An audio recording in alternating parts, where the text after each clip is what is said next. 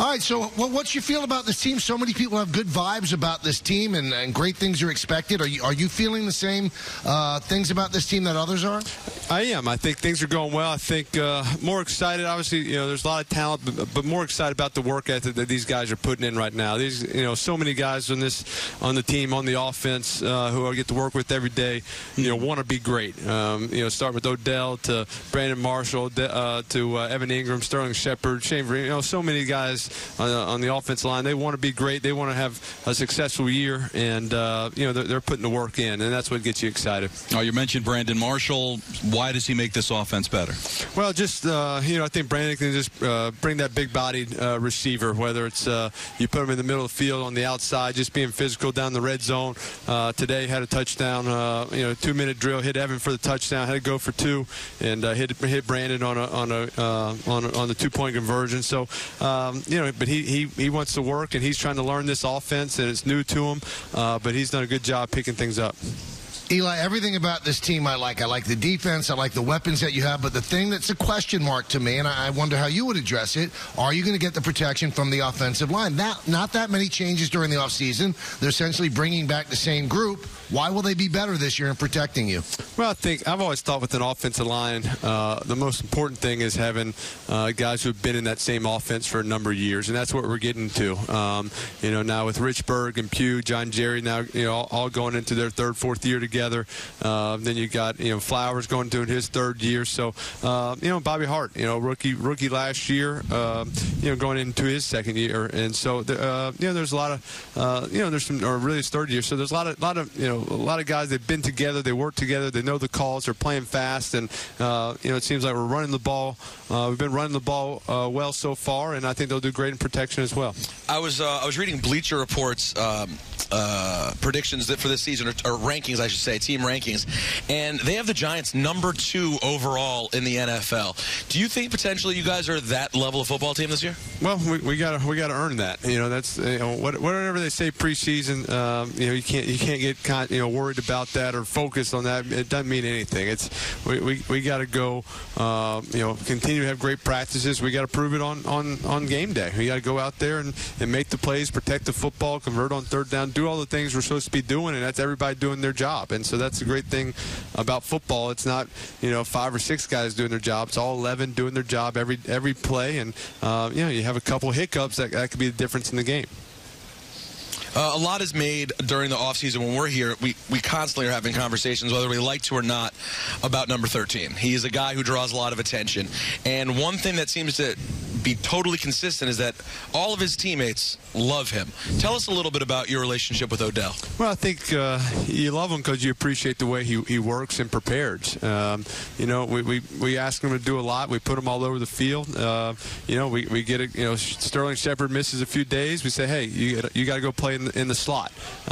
Sure. He doesn't complain. He doesn't ask. He just steps in there and does whatever you ask him to do, and he does it full go. Every practice, every play, he wants the ball in his hands. He wants to make plays. If he does something wrong, he wants to be coached. He wants to do it better. So, he's personable in the locker room to everybody. And so you appreciate those qualities and that attitude that he has about practice and getting better. How does this offense change to have some consistency at the tight end position, maybe for the first time in a while? Yeah, well, I think when you add obviously Evan Ingram, but Red Ellison also a guy, just being able to get in some more 2 tight end sets and move guys around, and both of them, Red's done a great job also, just very, very sound just in the route discipline and his blocking schemes. He's picked up the offense very well, and he's going to be right where you need him to be. So, Will Tye still makes plays in a number of tight ends. I think he can be very, very multiple. Last year we were kind of being in one personnel for most of the game, even down in the tight red zone, 2-yard line. We're in the same personnel, so teams didn't have to prepare for a lot of different things. They just got to say, hey, we got to stop this personnel all the time. Third and 1 or first and 10. So I think this being a little bit more multiple will help us out and make teams prepare for more things. Talking with Giant quarterback Eli Manning here on the Michael K. Show at Giant Camp in New Jersey. Let me ask you this, Eli. Did you have a subpar year last year? Everybody seems to be, preparing for the downside of Eli Manning, and they look at last year and they go, well, it wasn't as great a year.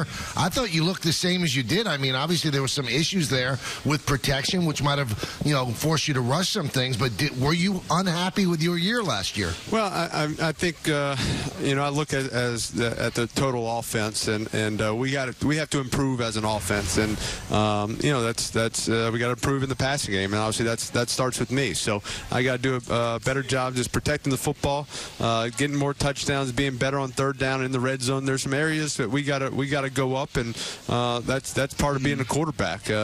With success and failure, you're going to get the credit for kind of both of them, and credit or the blame. So I can play better than I did last year, and I think I know I'll be able to.